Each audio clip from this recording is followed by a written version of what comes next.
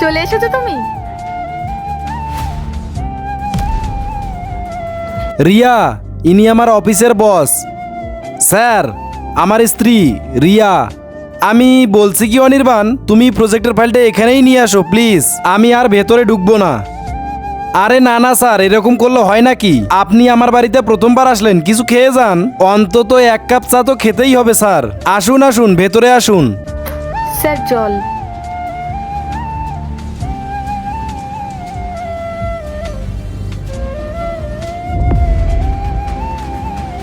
রিয়া, তুমি একটা কাজ করো, স্যারের জন্য ভালো কিছু বানিয়ে আনো। হ্যাঁ, আমি এক্ষুনি বানিয়ে আনছি। অনির্বাণ, তুমি ওই ডকুমেন্টগুলো নিয়ে আসো প্লিজ। হ্যাঁ স্যার, আমি এক্ষুনি যাচ্ছি। স্যার, এই যে ডকুমেন্টস। আল্লাহর নামটি দেখে যে এড়িয়ে যাবে তার মনের ইচ্ছা কখনোই পূরণ হবে না। তাই আল্লাহর এই নামটির জন্য একটি লাইক এবং সাবস্ক্রাইব করে যাও। একটা কথা, ইফ ইউ ডোন্ট মাইন্ড, তোমার ওয়াইফকে কিন্তু খুবই সুন্দর দেখতে।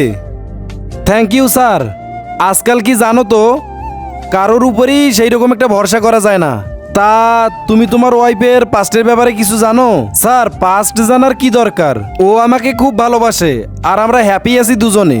কি জানো তো অনির্বাণ, কিছু মানুষ সামনে একরকম হয়, পেছনে একরকম হয়। দেখো, আমি চাই না তোমার সঙ্গে খারাপ কিছু হোক, আর সে কারণেই আমার মনে হয় তোমার ওর পাস্টের ব্যাপারে সবটা জানা খুবই জরুরি।